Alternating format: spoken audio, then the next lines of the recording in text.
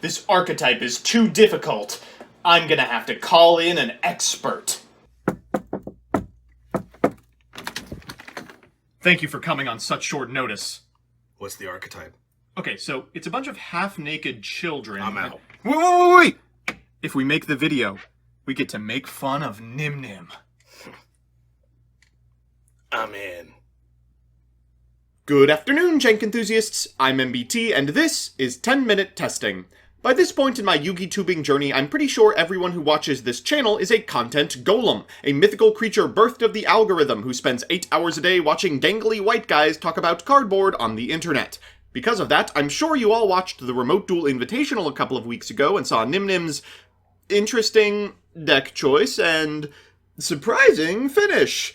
But I think the logic behind his deck is sound, and the outcome might be interesting, so we're going to see if we can improve it. Presenting TRAPTRIX Dogmatika. Before we begin, if you're on the fence about subscribing, let me sweeten the pot for you. Click that little button below the video and I can promise my next video series won't be a direct ripoff of Sealed Only. So here's the list, and why does Edo Pro use the OCG arts? I'm trying not to get demonetized here.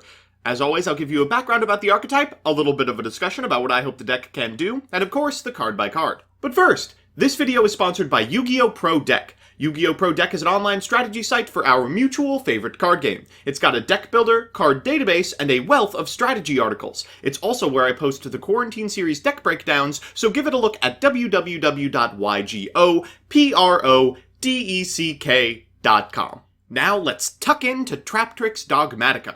At its core, I understand Gage's deep desire to summon Sera. TRAPTRIX Sera remains one of the least explored and highest impact control tools in the game, but for some reason there's never been a compelling home in which to plant this plant. By smashing it together with another control archetype, Dogmatika, you can theoretically create enough redundancy with the archetype to consistently put up enough interaction to grind out your Halcross enemies and make your opponents rue the day they decided to play combo.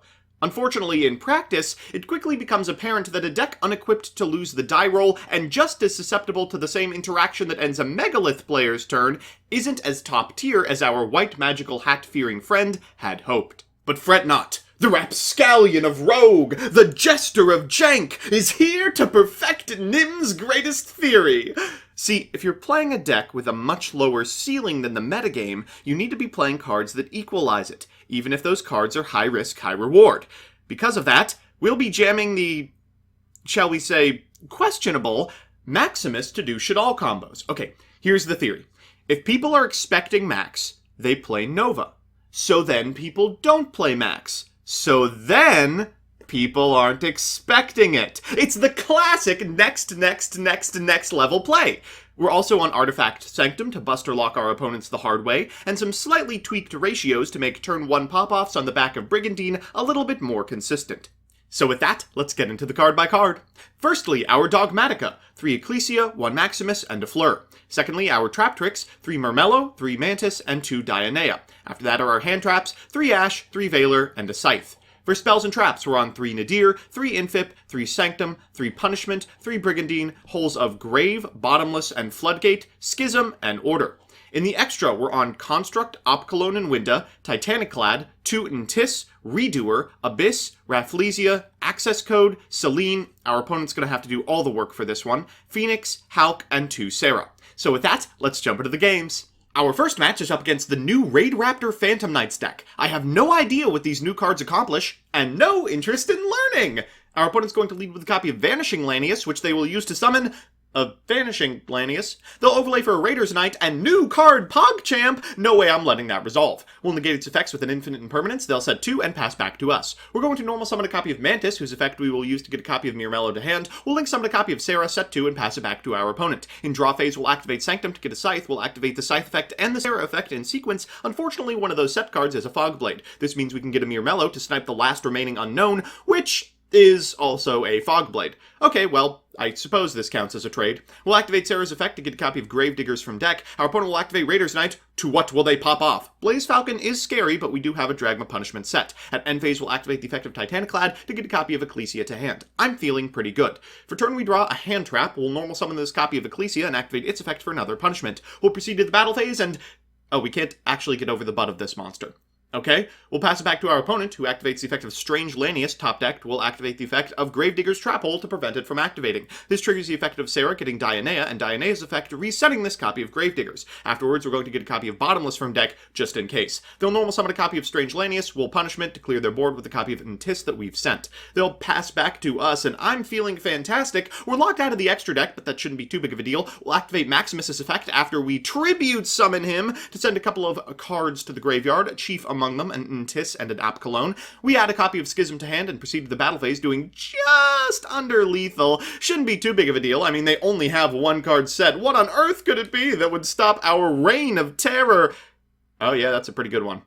Okay, well, they'll activate Fogblade and Graveyard to get back this copy of Raider's Knight. We'll Bottomless Trap Hole. They'll set one card, and at end step, we'll activate Shadow Schism to get out a window. They'll pass it back to us and not concede yet, because of course this can't attack directly, but once they see the Mere Mellow, they hit that button. Our second match is up against Thunder Dragon. Lo, how the mighty have fallen since the banning of Colossus. Our opponent's going first. They're going to lead with a copy of Thunder Dragon, getting a Thunder Dragon, followed by Thunder Dragon, getting a Thunder Dragon. Have you seen this before? They'll fire off a copy of Allure of Darkness, and unfortunately they do have a Dark in hand. They'll trigger it to get a copy of Matrix. They'll normal the Matrix. It's a fine normal, I suppose, before bringing back the Dark with the Hawk and going into Verte. Okay, so I'm gonna have to deal with 2 Titan. Doesn't seem too difficult. They'll go into Titan number 1, then activate Thunder Dragon, so they have the material in graveyard to go for Titan number 2 off the Verte and Akana, and... Wait a minute, that's not Titan. Oh no, wait, how do we actually beat this?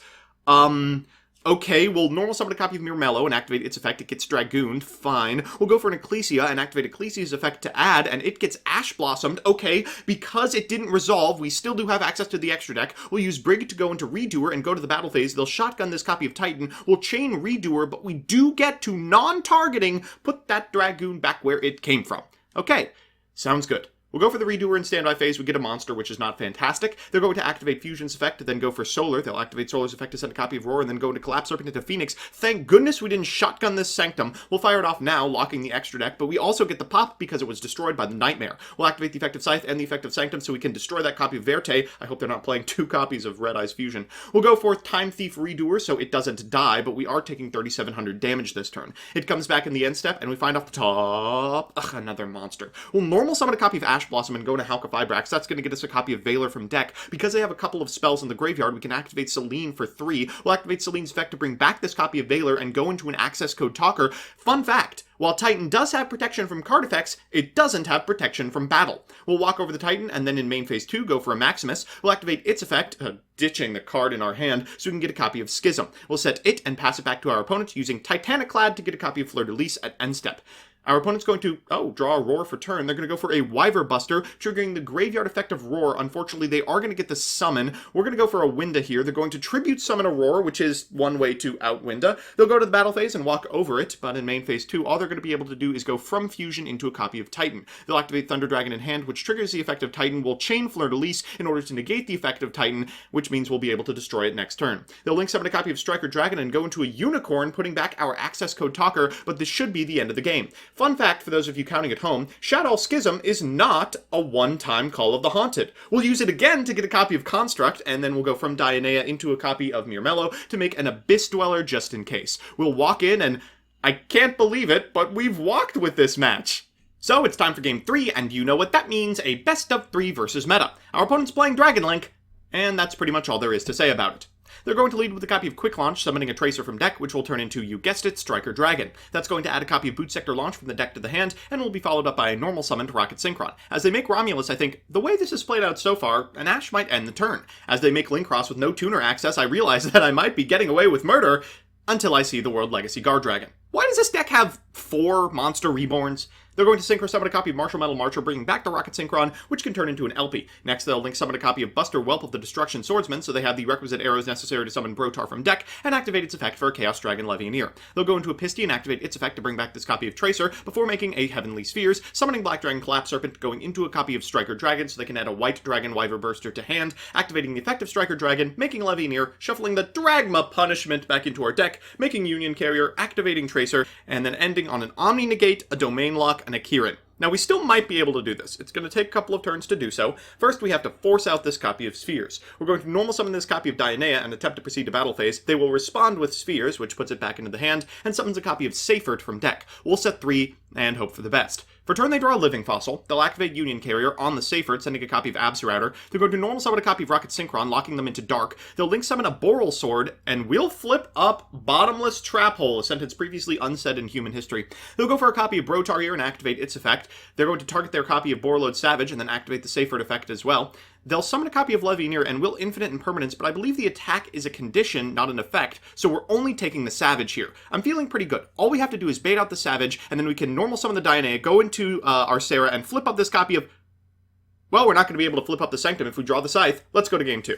So it's time for game 2, and a combination of a brick hand from our opponent, plus the fact that we're going first, is likely going to be enough to take this. We're going to lead with a copy of Disciples. That's going to send an Opcalone to the graveyard, which we will trigger, getting a copy of Schism to hand, and then immediately discarding it. We're going to normal summon a copy of Ecclesia. They will Ghost Ogre and Snow Rabbit it, which would be more devastating if we weren't playing Maximus. We'll special summon this copy of Maximus and use its effect, sending both a Titaniclad and a copy of Construct so we can get the Schism back, set 4, and at end step add a copy of Fleur-de-Lis to hand. Now I don't want to shotgun this shit all Schism, because if they remove the Winda, that could be trouble. They're going to go into a Dragon Buster Destruction Sword. The real resource of Dragon Link is the monsters in the extra deck, so I want the LP on field. They're going for a Romulus. They're going to trigger the effect of the Noctivision Dragon. We'll go for Fleur-de-Lis here to negate the effect of the Romulus so they can't further extend. They're going to summon a copy of Black Dragon Clap Serpent and make an LP. Next, they'll get a copy of White Dragon Wyverburster to hand, which will go into a Striker Dragon. Perfect time for me to fire off the punishment. We will do that to destroy the remainder of the board, and then they'll set 1 and pass. I'm feeling pretty good about this. We draw a punishment for turn. We'll activate Maximus. They'll activate Ghost Ogre and then concede.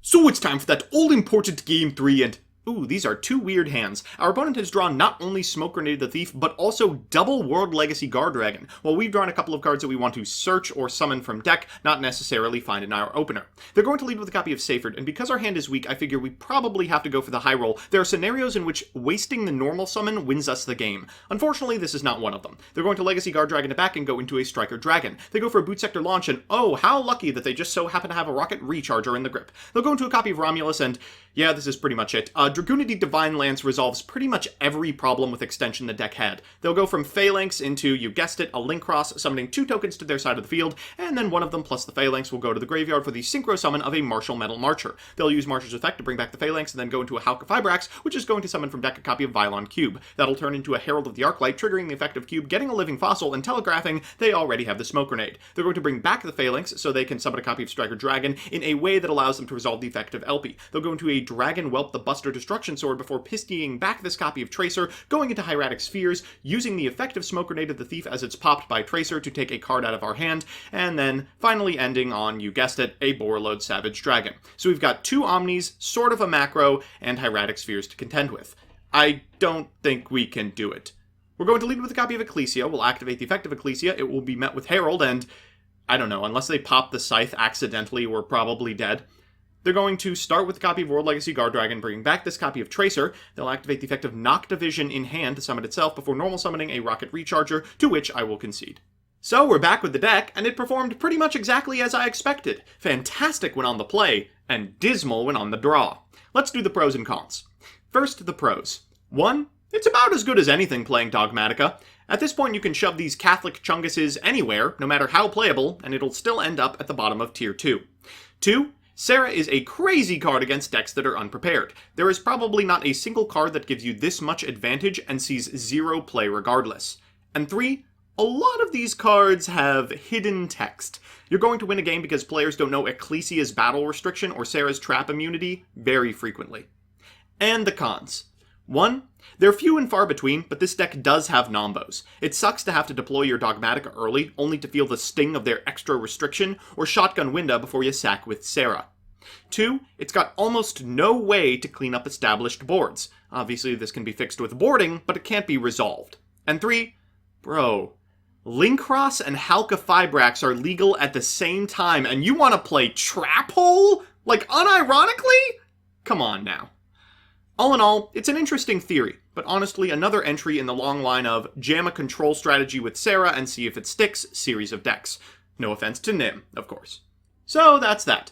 Alright, time for our last August Patreon card. As always, thanks to Meepmoto27, Dominic Ernst, Harrison Karp, Alex Perea, Blue Boy, Candyman, Crispy, Dimsum05, Innercrest, King Magic Ruler, Meteor Mirage, Mike Carlotti, Rose Lapine, Seeker, Space Dandy 1993, Sir Tachyon, Stevie Blunder, Tyler Slacks, Tyrese Biggums IV, Adam Trevino, Adrian Bra, Amita Elefandi, Algis Marcinkevicius, Andrew Benson, Andrew Horseman Linderman, Angry Bread, Apex Systems, Billy Williams, Blake Root, Candide, Chad Bortz, Chibi Gohan, Chorps Away, CJ Alex, Connor Kid, Dan the Man Hoban, Darcy Taves, Devin Dees, Dylan Conley, Donnie Fillerup, Dunkoro, Distrin, Emperor Stove, Ernesto Ibar, Fighting Fangwong, FUTR, Gamer Games, Gavin Charlikowski, Gustavo Secon, Isaac Jackson, Jane Linya, Jared Lorman, Jason Leonard, Jeff Leonard, Geldu Rado, Jose Luis Cortez, Kaibacorp, Shill, Corey Hess, Kurikaze, Lavender Lemonade, Lawrence, Lucas Girtis, Lucky Number 5, Lucas Ariso Hansen, Meadow Edits, Meds for Feds, Mezzo Emrys, Michael Oskvark, Miyuna Arashi, Moira Brownwolf, Nick Extreme 99, Nick Dolores, Pro FP2, Pro Yugi Dad, Samsoon, Second, Sophie Forster, Standards Objective, Swag Kage, Tim Holloway, Yuri's Best, Zach Janshewski, Zach McKee, Vlad Dive Missile, Josh, Picnic Blasted, This Machine 237, TJ Steakhouse, and Yuki A.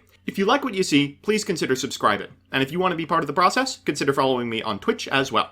See you next time.